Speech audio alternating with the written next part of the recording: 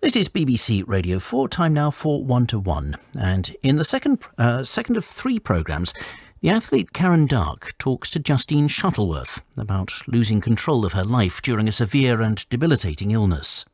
How do you respond when unexpected events shatter life as you know it? It's something I've had to face. I'm Karen Dark. Today I'm an athlete, author and mindset coach. I was a silver medalist in the London 2012 Paralympics and became Paralympic champion in Rio in 2016. But I started my working life as a geologist until I had a climbing accident which resulted in paralysis from the chest down. Overnight, my life changed and I've had to find ways of overcoming the many challenges I face. Of course, I'm not alone. It's May 2020 and we're all facing abnormal restrictions owing to the coronavirus pandemic. This virus has turned our lives upside down. And it's this experience of events shaking up our lives and how we respond to that, which I'm exploring in these three programmes. My guest today is Justine Shuttleworth. 6 years ago, Justine became very ill. At the time, she was a single mum running a successful property business. She sought medical advice, but her condition got worse. During the next 18 months, she saw 14 doctors, 9 psychiatrists, and a hormone specialist before she was treated for Lyme disease. Her condition started to improve and she gradually regained control of her life. Well, like me, Justine is currently restricted to her home where she joins us on the phone. Hello. Hello, hi. Hi, thanks for joining us this morning. As someone who was housebound for many months as a result of your illness, I'm wondering how the present situation compares. In some ways, I'm used to it because when your life changes, when you've had some form of chronic illness or something that lasts for a very long time and your life turns upside down, you have to learn to live in a particular way.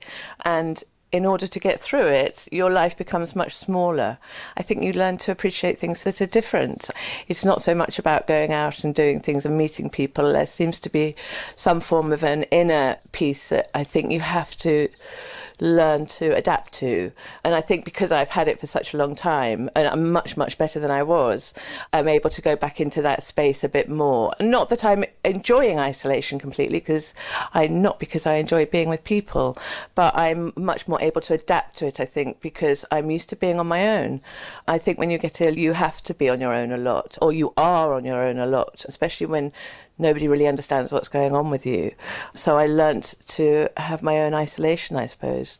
It became much more based on home life and on nature and on a sense of peace I had to get within myself, otherwise I wouldn't have been able to do it. I can relate to that myself quite a lot. I suppose initially I've spent a lot of time stuck indoors or in hospitals, and you just get used to changing your focus, don't you? Yes. So let's just turn the clock back to 6 years ago and tell me what happened when you first began to feel unwell, the kinds of symptoms you were having. I started to get vertigo. I was losing my cognitive, function. I couldn't remember anything. I couldn't get to my son's school. I was getting lost all the time. My son had to help me get to the school and help me get to the dentist. I went into a form of disassociation, I think is what it's called, where I couldn't recognise my son. I could recognise his face, but I didn't know who he was. I couldn't recognise my friends. So I became very isolated at that point, because if someone came to my door, I didn't know who they were, and that's really frightening. I kind of got used to actually looking a bit strange almost, you know. What do you do when you don't recognise someone or you don't remember anything you've done with people? I had to kind of get used to it. So I isolated myself, I think probably for about just over a year. I was losing my cognitive function more and more. I couldn't make the bed. I couldn't cook an egg. I couldn't cook a meal. So, it was tough. So your son was keeping you going. He was everything to you, but he wasn't well at this time either, was he? My son got sick first. My son got Lyme disease. So he had 2 bullseye rashes, which were recognised immediately. And then I started to get symptoms. So I'd stand up and the floor felt like it was jelly. And my heart wouldn't stop beating and racing and racing and racing. And then I went out the front door and it was like I had a band around my head, a really, really tight band. And the light, I was photosensitive. I didn't know what it was. All I knew is I couldn't look at the sky. I felt everything was too much. And I ended up taking myself to the hospital. But I think because I've had depression in the past and because of my age, so it's perimenopausal, I think a lot of people at that point in life can be put into a group of depression, anxiety, menopause. So if you have things which are unexplainable, they are explained in those groups. My anxiety was, I've never felt anything like it. But I knew it wasn't depression because I'd had depression. I just kept on searching. I suppose I had to search because I knew I was getting sicker and sicker. Okay, so it was more that you weren't quite sure what the cause of your illness was. You'd been told it was anxiety, but that uncertainty must have been adding to your feeling that you were losing control. It was all apparently in my imagination. So it was a fight. It was a real fight to keep going. So I kept on, but then because I was told it was anxiety, I kept checking myself into psychiatric hospitals because I needed to get better because I had a son and he's my life. He was everything to me and I had to make sure that I could be there for him. So it pushed me to keep going, keep looking. And eventually I ended up going into psychosis, which was not easy, to say the least. And I checked myself into the 3rd psychiatric hospital. And at that point, I knew I was losing my brain. I'd signed all my checks. I'd signed everything over to my brother and said, I won't be all right in a couple of days. I know I won't be. I think I said by the morning. So I signed all my checks and said, you have to deal with my life because I can't do it anymore. I'm losing my mind. And then I checked myself into another psychiatric hospital. So, no, it wasn't easy. It sounds really, really hard, like a complete sense of uncertainty. Can you remember what it was like when you were at your lowest? Not knowing who you are is the most frightening thing I think I've ever experienced. Yeah, you wake up and you don't know who you are. I would look in the mirror, I didn't know who I was. When you don't know who your child is, that's really frightening. And somewhere inside me, I just had to get up and I had to fight through it. And that's when I made a decision, no matter what happened to me, I'd accepted whatever was going to happen was going to happen. If I was locked up, I was locked up, or I'd get better. But I would always search to get better because I knew there was something wrong that I didn't know what it was. I had 5 months in bed that I don't remember of chronic fatigue, and then my body went into electric shocks all over it. So I couldn't sit still. So even though I wasn't sleeping, I had to walk. And I walked and walked and walked. And I couldn't sit in a chair. My body felt like it was burning and on fire. It became too much. I think that is what took me into the psychosis. If you don't sleep for nearly a year at all and you just walk and walk, your brain goes. So it's very, very frightening, yeah. So how did you start to kind of claw your way out of the situation? How did you start to get control back of your life again? It's a choice. You make a choice to keep going. When you're in that much of a state and you can't think properly and not knowing what's wrong with you. I think not knowing what's wrong with you. So I was constantly having different symptoms. I'd wake up in the morning with one symptom, with another symptom. And the insomnia was so massive for such a long time. But you have fear, I lost my sense of smell. I couldn't smell anything. My brother used to put coffee under my nose or different things. I'd shut my eyes and I had no sense of smell.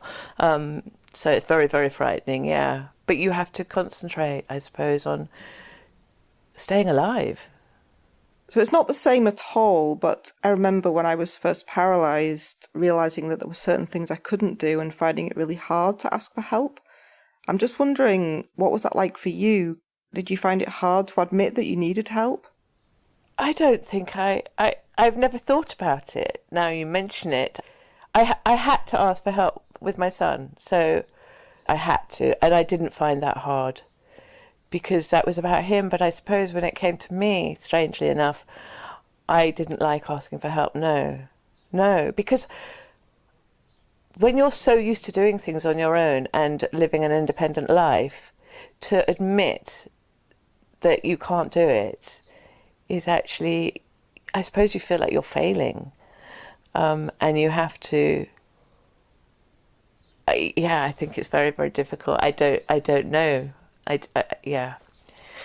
don't think I ever really asked for help in that way. But I read an article about Lyme disease my brother got, and I had every symptom described in the article. And at that point, I knew that that's what I had, and I immediately got tested in Germany. I was being treated in this country for post-traumatic stress until they found out I had Lyme.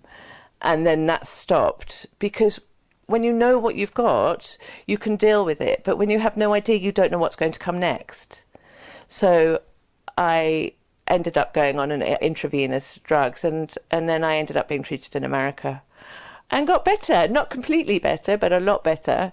You know, I still fight it. And I know that I've been very lucky in a way that I had enough money to be able to go to America and be treated by private clinics and be tested in Germany. I really understand there are a lot of people who are sick and they can't have that treatment, and I fully respect that. It's taken years. If I look back now and I know what I was like a year ago, I'm much better than I was a year ago. It's very, very slow, the process. But yes, I'm much better now. Must have been such a huge relief to actually have a diagnosis at last and to understand what it had all been about. I can't tell you what relief it was. As soon as I found out what was wrong with me and I was put on the right treatments, I then knew that I had the light at the end of the tunnel. And as long as there's hope, you can keep going. As long as you see that hope. When the hope goes, that's when you have the problem, when you can't see a way out of it. And then when I knew what was wrong with me, and I was suddenly with people who had the same thing and people who understood chronic Lyme's disease, you feel at home, you're at peace, because if you have these symptoms, you're not going mad, you're not crazy, you're not making them up, you're not a hypochondriac. They actually understand what's wrong with you. And once you know that you're not going crazy because you feel like you are, and that this is part of an illness that is being treated, then you have the hope. And as soon as you've got hope, you can just keep going. It's when the hope goes, life becomes intolerable. So, Justine, it's been quite an incredible experience in many ways, but what do you think you've learned from it? What they say in Buddhism, they say when something goes wrong, congratulations, you're learning a new lesson. I would never want to go through any of it again, but you do learn. I feel like I've got to a point where I can feel, but also there's a sense of peace in me. We always say I'm going to be happier if this happens, or I buy that house, or I do this, or I do that. But there is an inner peace in me which I didn't have before. And whether you go through these journeys sometimes, and you have to really delve into your soul, really, and to work out who you are and what actually is important to you in life, and the fundamentals of life. That's what keeps me going now, actually. And laughing, actually. Getting my humour back was huge. Humour is just massive in life. I think it carries you through life. It does me. We can't take ourselves too seriously, can we? I always say it to my son. I say, if you take it all seriously, your life is going to be dreadful. You know. I think I took life really seriously before. I've kind of given up with that a little bit now. So now you have much more control over your life again. Have you made plans for the future, or are you just living day to day? No, I have. I've just bought a derelict church that I'm about to do up. That was what I used to do before. I used to renovate properties. So I am really looking forward to doing that. I'm a bit nervous because I haven't done it for a long time, but I'm also incredibly excited to do it. Well, I wish you every success, Justine, and thank you very much for sharing your experiences with us. Thank you. Thank you. Karen Dark was talking to Justine Shuttleworth, and One to One was produced in Bristol by Sarah.